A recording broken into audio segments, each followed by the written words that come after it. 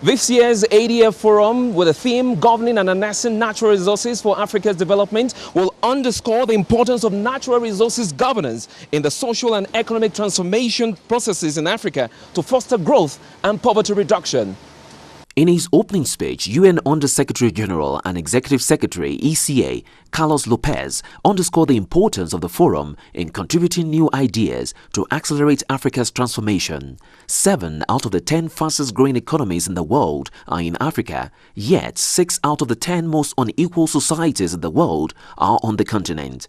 According to Lopez, Africa is going through a lot of exploitation in the hands of mining giants and other multinationals extracting its mineral resources.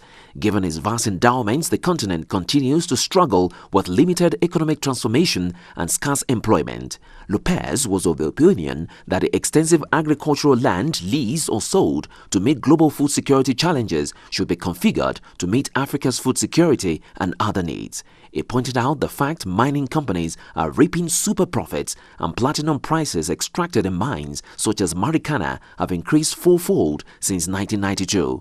He cited a Glencore extractor merger which is expected to create a $70 billion mining powerhouse that will control over half of the global zinc and copper markets, but noted that little of the value created is likely to benefit his host country, the Democratic Republic of Congo. The Glencore extractor merger underscores the need to address the important issue of resource ownership and control and the distribution of benefits from mining operations. Of the 20 major mining companies currently operating in Africa, only one, Anglo Gold Ashanti, is homegrown.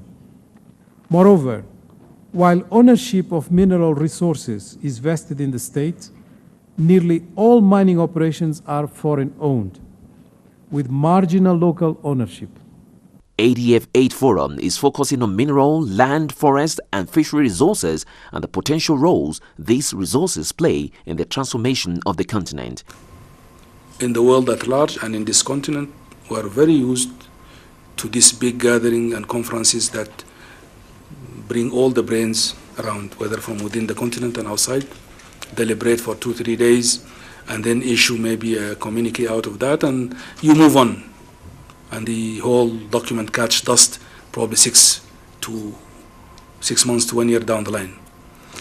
The Africa Development Forum would like to believe as organizer it is slightly different from this, because the nature of the stakeholders that are coming into this conference, it is very diverse, bringing together under one umbrella governments, civil society, private sector, partner organizations and institutions. This is a unique formula of its nature. In many respects, if you look at structures of AU, governments are meeting on their own. Civil society may be parallel to that, and the private sector is out of all this. This kind of conference and forum provide for that unique interaction between all these actors. It will end with a consensus statement that will have its way into all these avenues.